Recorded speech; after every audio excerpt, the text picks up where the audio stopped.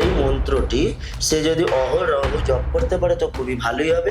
নচেৎ যদি নাও পারে অন্তত 1008 বার যেন 3 দিনে সে অন্তত ন্যূনতম কমপ্লিট করে। সেক্ষেত্রে দেখবেন যে আপনার যে কাজটি আটকে রয়েছে বা আপনার যে মনের যে ইচ্ছাটা, সেই ইচ্ছাটা আপনার অবশ্যই পূরণ হবে। বহু মন্দিরে শক্তি দেবী, মনসা, কালী ইত্যাদি অনেক সময় তারা চাপা দিয়ে রেখে দিচ্ছে। অ্যাকচুয়ালি এগুলো হচ্ছে সম্পূর্ণ নিষিদ্ধ, এগুলো কিন্তু করা যায় না। শাস্ত্রে এমন কোথাও ব্যাখ্যা কিন্তু নেই, এবং সাধারণ মানুষকেও মাথায় রাখতে হবে যে আমাদের কোনগুলো করণীয়, কোনগুলো অকরণীয়। কারণ আমরা সেই সময় কামাখ্যা দেবীর মূর্তি ছাড়া কোনো মূর্তিকে ঢাকা বা পুজো বন্ধ করা এটা কিন্তু কখনোই করা যাবে না। এগুলো হচ্ছে অশাস্ত্রীয়, এবং আপনার গৃহে এবং সংসারে ক্ষয়ক্ষতি, অশান্তি ইত্যাদি অনেকভাবে লেগেই থাকে। ওই কারণে কিন্তু বহু সাধু সন্ত এবং নাগা সন্ন্যাসীরা সেখানে এসে ভিড় জমায়। আর সাধারণ মানুষরা কেন যায়, এখানে যে আপনি প্রশ্নটা করলেন যে সাধারণ মানুষরা কেন যায়, কারণ সাধারণ মানুষরা একবার যদি যায় তারা কিন্তু বারবার কিন্তু ওখানে তাদের যাওয়ার ইচ্ছাটা কিন্তু বেড়ে যায়। কেন বেড়ে যায়? কারণ ওখানে যে মানুষ একবার যাবে, কারণ মা কামাখ্যা দেবী কখনোই কাউকে খালি হাতে ফেরায় না। আজকে আমরা কিন্তু করতে পারছি, মানুষের ভাগ্য আমরা বলতে পারছি, মানুষকে পথ দেখাতে পারছি। মানুষের ভাগ্য তো বদলাতে পারি না, মানুষের পথ বলে দিতে পারি। কারণ আমাদের জ্যোতিষীদের প্রত্যেকেরই উচিত যে আমাদের মনের সাধনা করা। এই সময়টা কিন্তু খুব ভাইটাল সময়, এবং এই সময় যদি আমরা তন্ত্র সাধনা যদি আমরা বা এক কথায় বলা যেতে পারে যে আমরা যদি সিদ্ধ পুরুষ হয়ে যদি বসে থাকি, এই সময় যদি আমি মনে করি যে কারোর ভালো করব, অবশ্যই কিন্তু তার ভালো ফলও দেওয়া যাবে। যদি মনে করি যে আমি খারাপ করবো, তাহলে কিন্তু খারাপ ফলই দেওয়া যাবে।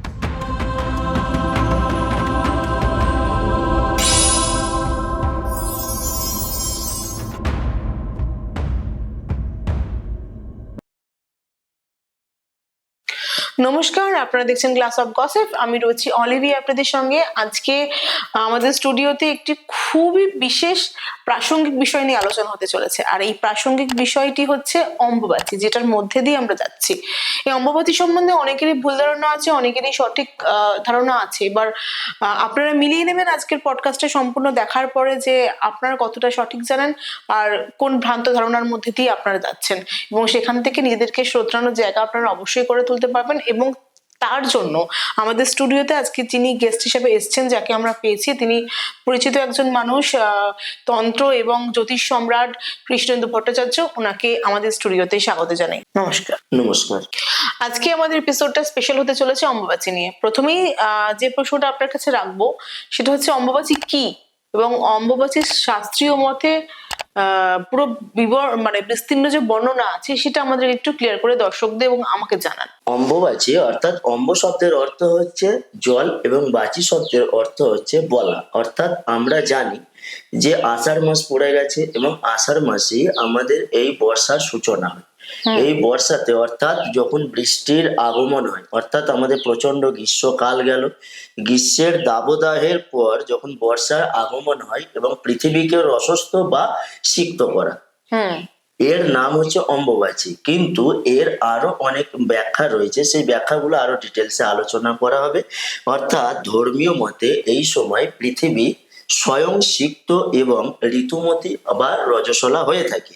রঘুনন্দন ভট্টাচার্যের অষ্টাবিংশতি তত্ত্বে কৃত্যতত্ত্বে প্রকাশিত হয়েছে, অর্থাৎ বিশ্বকোষে বলা হয়েছে যে মৃগশিরা নিবৃত্তি রৌদ্র পাদে অম্বুবাচী ঋতুমতী খোলো প্রীতি। অর্থাৎ আপনাকে যে আমি এখন কথাগুলো বললাম, সেই কথাগুলোর ব্যাখ্যা আপনাকে, অর্থাৎ রঘুনন্দন ভট্টাচার্যের যে তত্ত্বে যে এই যে প্রমাণটি দেওয়া রয়েছে, বা আপনাকে যে কথাটি বললাম, আপনি আমার কথা কেন বিশ্বাস করবেন?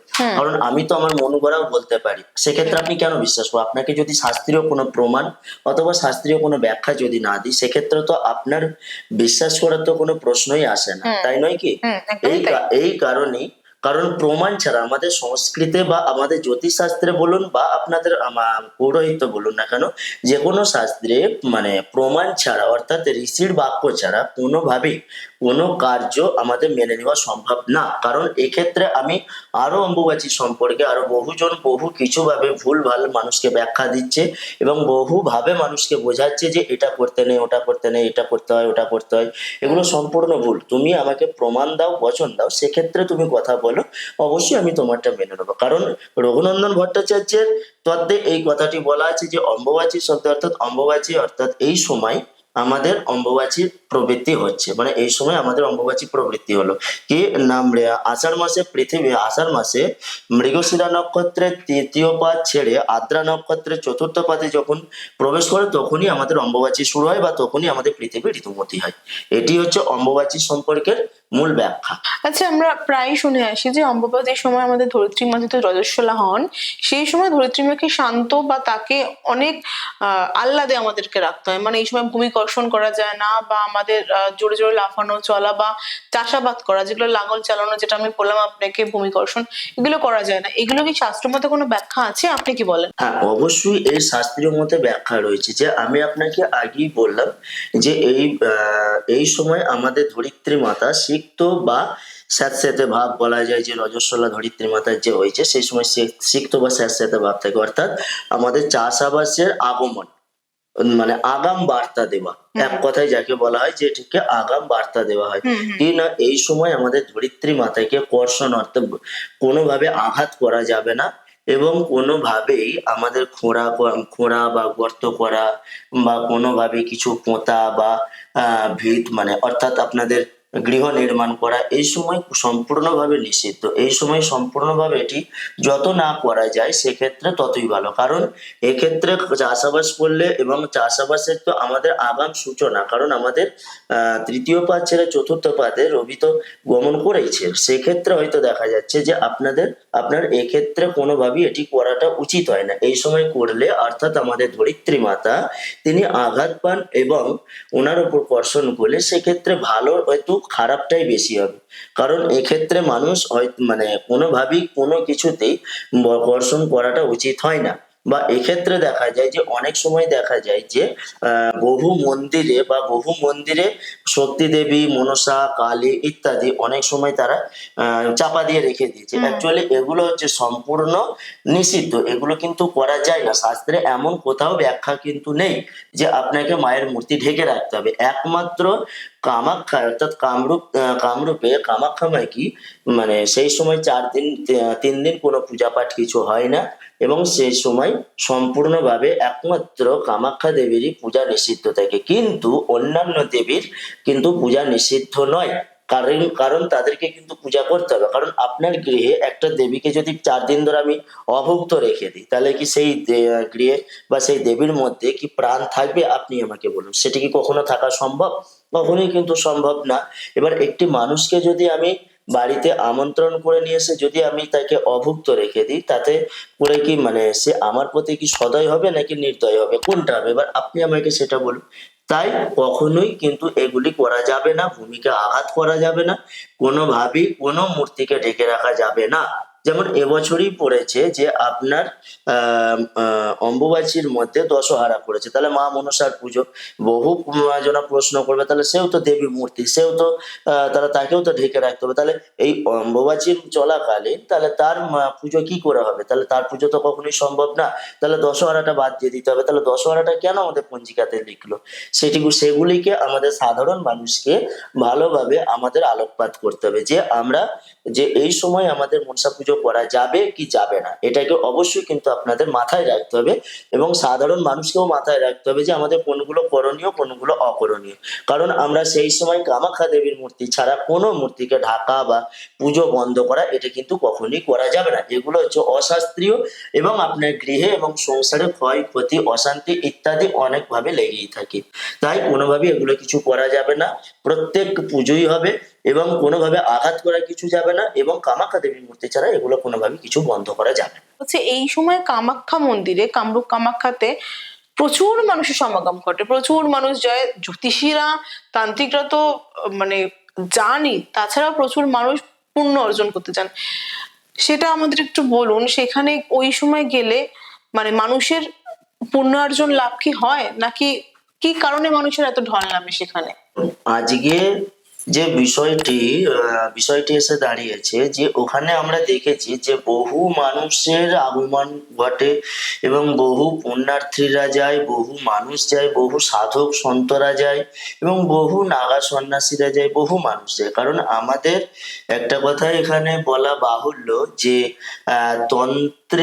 তন্ত্র সাধনার পীঠস্থান হচ্ছে কামরূপ কামাখ্যা মা। হুম। সেখানে কামরূপ কামাখ্যা মায়ের একমাত্র পীঠস্থান হচ্ছে কামাখ্যা। কারণ সেখানে এই সময় অর্থাৎ এই 3 দিন ব্যাপী অম্বুবাচী প্রবৃত্তি থেকে শুরু করে নিবৃত্তি না হওয়া পর্যন্ত এই সময় যদি আমরা বিভিন্ন জপ তপ ইষ্ট মন্ত্র বা আমাদের যে আমরা যে তন্ত্র ক্রিয়া করে থাকি সেই সব মন্ত্র, যে মন্ত্রই বলুন না কেন, যদি আমরা সেই মন্ত্র এই সময় যদি আমরা করতে পারি এবং ভক্তি সহকারে যদি করতে পারি, তাহলে আমাদের কিন্তু সাধনার সিদ্ধি লাভ করা কিন্তু সম্ভব হয়। ওই কারণে কিন্তু বহু সাধু সন্ত এবং নাগা সন্ন্যাসীরা সেখানে এসে ভিড় জমায়। আর সাধারণ মানুষরা কেন যায়, এখানে যে আপনি প্রশ্নটা করলেন যে সাধারণ মানুষরা কেন যায়, কারণ সাধারণ মানুষরা একবার যদি যায় তারা কিন্তু বারবার কিন্তু ওখানে তাদের যাওয়ার ইচ্ছাটা কিন্তু বেড়ে যায়। কেন বেড়ে যায়, কারণ ওখানে যে মানুষ একবার যাবে, কারণ মা কামাখ্যা দেবী কখনোই কাউকে খালি হাতে ফেরায় না। কারণ ওখানে যে একবার যাবে সে কিন্তু ওখানে গেলে অটোমেটিক সে কিছু নিয়ে কিন্তু ফিরবে। কারণ তার টান কিন্তু 1 বছর কাল সে যখন এখানে ফিরবে, তার কিন্তু আবার যখনই সে শুভ ফল পাবে আবার কিন্তু সে ও টানটা কিন্তু ওই দিকেই থাকবে। কারণ এক্ষেত্রে কিন্তু একটা বিশাল ভূমিকা পালন করে, যেটা আমাদের কামাখ্যা দেবীর ক্ষেত্রে যদি আমরা বা কামাখ্যা দেবীর পিঠে গিয়ে যদি আমরা জপ তপ সাধনা যদি আমরা করতে পারি, বিশেষ করে তো আমাদের জ্যোতিষ তান্ত্রিকদের তো এই সময়টাই জ্যোতিষ জপ তপ পুজো পাঠ তো অবশ্যই 100% আমাদের এই সময় নিষ্ঠা সহকারে করা উচিত। কারণ বহু তান্ত্রিক বহু জ্যোতিষী রয়েছে, তারা ক্রিয়া করে কাজ করে বহু মানুষের উপকার করে, কিন্তু তারা নিজেরাই ঠিকঠাক ভাবে জপ আহ্নিক পুজো পাঠ কিছুই করেন না। অথচ তারা ওখানে অথচ তারা বিরাট কিছু একটা নাম ডাক যশ খ্যাতি ইত্যাদি অ্যাড ইত্যাদি অনেক কিছু করে তারা কিন্তু এখন বিরাট কিছু করে বসে আছে। তাই আমি বলবো যে এই সময় যদি বহু মানুষ রয়েছে, যে বহু মানুষ ওখানে যান, কেন যান না এই কারণগুলোর জন্য ওখানে যায়, যে একবার যাবে সে কিন্তু বারবার কিন্তু তার যেতে ইচ্ছা করবে। কারণ ওই জায়গায় মা কিন্তু কখনোই খালি হাতে কাউকে ফেরায় না। কাজী এই সময় প্রত্যেক মানুষ সাধারণ থেকে শুরু করে আপামর সাধক সন্তোষ যে ব্যক্তি থাকুক না কেন, সেই সময় নিজেদের গুরু মন্ত্র ইষ্ট মন্ত্র জপ করুন এবং তান্ত্রিক জ্যোতিষরা রয়েছে তারা তাদের বিভিন্ন তন্ত্রোক্ত মন্ত্র রয়েছে পুরস্চরণ করুন। এই সময় করলে অবশ্যই আমরা শুভ ফল পাবো এবং কিন্তু সাধনায় সিদ্ধি লাভ করবো। আচ্ছা, এবার আপনি বলুন জ্যোতিষের সঙ্গে কামাখ্যা মায়ের কি সম্পর্ক, কেন কোন বাধ্যবাধকতায় এই সময় মা আর বিভিন্ন জ্যোতিষীরা একাকার হয়েছে, কেন পৌঁছায় মানুষ? দেখুন, এটা বলা বাহুল্য যে না বললেই নয়, ওটা হচ্ছে শক্তিপীঠ। মা কামাখ্যা দেবীর পীঠটা হচ্ছে শক্তিপীঠ। তো ওই শক্তিপীঠে স্বয়ং গণেশজি ওখানে সাধনা লাভ করেছিল, সাধনায় সিদ্ধি লাভ করেছিল। হ্যাঁ, সাধনায় সিদ্ধি লাভ করে তবেই কিন্তু আমরা সেই জ্যোতিষ আজকে আমরা কিন্তু করতে পারছি, মানুষের ভাগ্য আমরা বলতে পারছি, মানুষকে পথ দেখাতে পারছি। মানুষের ভাগ্য তো বদলাতে পারি না, মানুষের পথ বলে দিতে পারি। কারণ আমাদের জ্যোতিষীদের প্রত্যেকেরই উচিত যে আমাদের গণেশ সাধনা করা, শক্তি দেবীদের আহ্বান বা সাধনা তো অবশ্যই করতে হবে, কিন্তু পাশাপাশি আমাদের কিন্তু গণেশের সাধনা কিন্তু মাস্ট। কারণ গণেশের সাধনা যদি আমরা ঠিক করে করতে পারি তাহলে কিন্তু আমরা 100% আমরা বাকসিদ্ধ জ্যোতিষ কিন্তু হতে পারবো। সেক্ষেত্রে কিন্তু সেক্ষেত্রে কিন্তু কোনো রকম বাধ্যবাধকতা বা কোনো রকম কিন্তু দ্বিধা কিছু নেই। কাজেই যদি কেউ গণেশ সাধনা করে বা কেউ যদি মা কামাখ্যা মায়ের যদি সাধনা ঠিকঠাক ভাবে করতে পারে, তাহলে দেখবেন অবশ্যই আমরা একটু বাকসিদ্ধ জ্যোতিষ এবং মানুষকে সঠিকভাবে পথ দেখাতে পারি। এই জন্যই হয়তো বহু তান্ত্রিক বা জ্যোতিষরা আজকে আমাদের কামাখ্যায় গিয়ে এত ভিড় জমায়। আজকে মূলত কারণ হচ্ছে এটি। যেহেতু এই শক্তিপীঠে মায়ের শক্তিপীঠে এই সময় প্রচুর মানুষ যায় তন্ত্র সাধনা করে, নিজেদেরকে সিদ্ধ জায়গায় নিয়ে যাওয়ার একটা প্রবণতা দেখা যায় বিভিন্ন জ্যোতিষীদের মধ্যে, এবং প্রচুর জ্যোতিষী এই সময় প্রচুর মানুষের কাজ করতে যায়। শুনেছি এই সময় নাকি কাজ করলে অনেকটা অনেক সুদূর প্রসারী ফল পাওয়া যায়। সেক্ষেত্রে এই সময় কি শুধু ভালো কাজই হয় নাকি কেউ খারাপ যদি কিছু করতে যায় সেটাও সে একদম সাকসেসফুল হয়ে ফিরতে পারবে? আমাদের একটু সেটা জানান। দেখুন, এখানে বিষয়টা হচ্ছে কারণ অম্বুবাচী প্রবৃত্তি অর্থাৎ অম্বুবাচী পড়ার পর থেকে নিবৃত্তি অর্থাৎ ছাড়ার পর্যন্ত এই সময়টা কিন্তু খুব ভাইটাল সময়, এবং এই সময় যদি আমরা তন্ত্র সাধনা যদি আমরা বা এক কথায় বলা যেতে পারে যে আমরা যদি সিদ্ধ পুরুষ হয়ে যদি বসে থাকি, এই সময় যদি আমি মনে করি যে কারোর ভালো করব, অবশ্যই কিন্তু তার ভালো ফলও দেওয়া যাবে।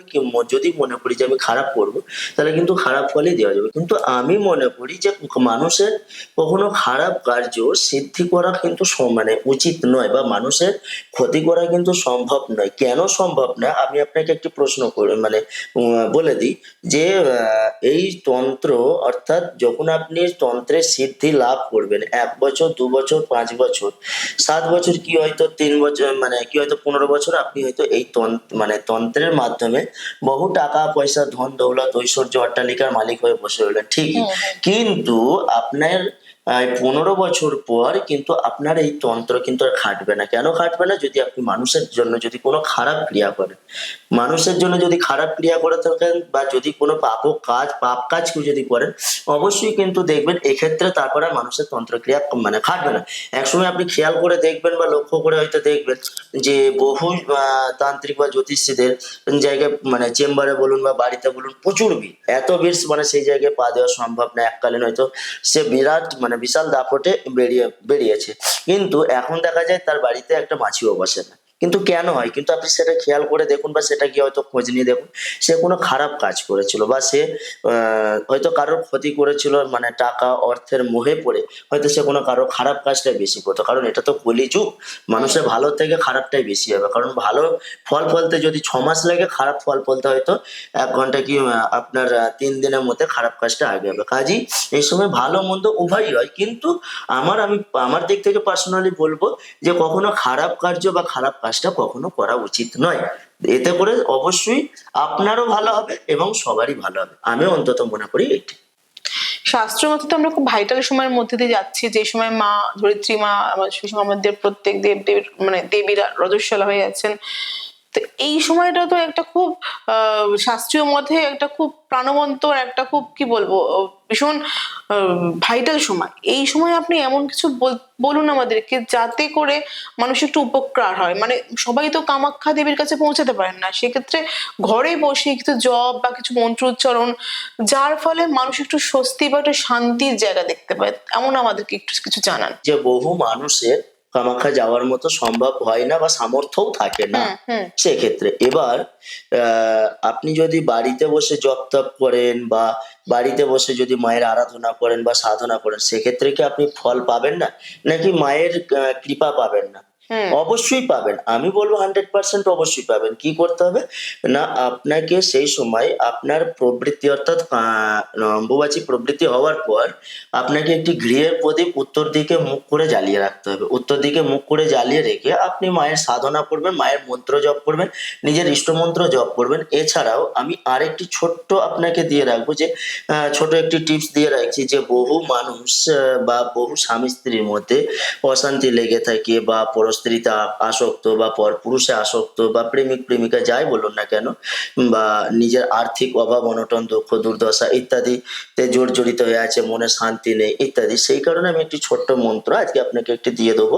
এই মন্ত্রের মাধ্যমে মানে বহু মানুষ সফলতা পাবে, এবং এই 3 দিন ব্যাপী যদি মানুষ করতে পারে, মানুষ যদি এই 3 দিন ব্যাপী যদি মন্ত্রটি জপ করে, অবশ্যই কিন্তু এর মাধ্যমে সফলতা পাবে। সেই মন্ত্রটি কি?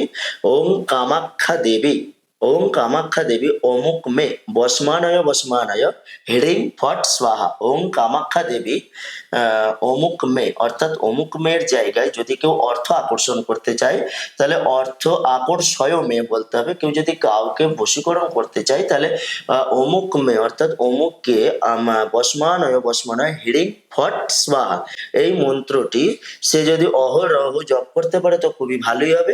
নচেৎ যদি নাও পারে, অন্তত 1008 বার যেন 3 দিনে সে অন্তত ন্যূনতম কমপ্লিট করে। সেক্ষেত্রে দেখবেন যে আপনার যে কাজটি আটকে রয়েছে বা আপনার যে মনের যে ইচ্ছাটা, সেই ইচ্ছাটা আপনার অবশ্যই মানে পূরণ হবে। এটুকু আমি কামাখ্যা মায়ের কামাখ্যা মায়ের আশীর্বাদে বলতে পারি যে এটুকু আপনার আশা এবং মনস্কামনা পূর্ণ হবে। জয় মা কামাখ্যা, জয় মা কামাখ্যা, জয় মা কামাখ্যা।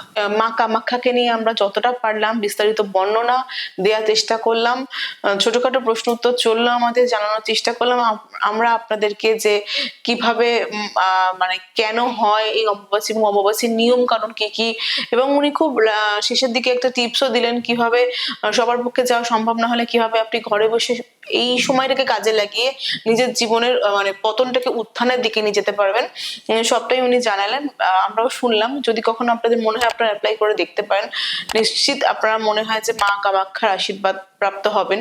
এবং আজকে যিনি আমাদের মধ্যে উপস্থিত ছিলেন জ্যোতিষ এবং তন্ত্র সম্রাট কৃষ্ণেন্দু ভট্টাচার্য, ওনার সঙ্গে যদি আপনাদের যোগাযোগ করতে হয় অবশ্যই আমাদের স্ক্রিনে দেওয়া নাম্বার যাচ্ছে, আপনারা কথা বলে নেবেন, কন্ট্যাক্ট করে নেবেন, সরাসরি ওনার সঙ্গে কথা বলতে পারবেন। এবং ওনাকে যদি ভিজিট করতে চান সেই ব্যবস্থাও আছে, অনলাইন অফলাইন।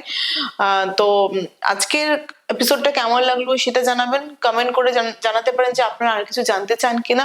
চেষ্টা করবো আপনাদের প্রশ্নের উত্তর আপনাদের কাছাকাছি যেভাবে হোক আমাদের পৌঁছে দেওয়ার। আমাদের পডকাস্টটা শুধুমাত্র অনুষ্ঠিত হয় আপনাদের জন্য, আপনারা দেখলে আমরা শক্তি পাই, সাহস পাই, ভালো লাগে আমাদের। আমরা এইটুকুনি চাইবো যে আমাদের সঙ্গে আপনারা জুড়ে থাকুন, লেগে থাকুন এবং সঙ্গে থাকুন, আমাদেরকে আরো বেশি করে অনুপ্রাণিত করুন। কারণ সমগ্র বিষয়টাকেই আমি আপনাদেরকে উৎসর্গ করি। আপনাদের সাপোর্ট, আপনাদের সমর্থন আমাকে অনেক বেশি ভাবে এগিয়ে চলতে সাহায্য করে। জানাবেন কেমন লাগছে। ধন্যবাদ আজকের মতো। ভালো থাকবেন, দেখা হচ্ছে নেক্সট একটি এপিসোডে। নমস্কার। নমস্কার।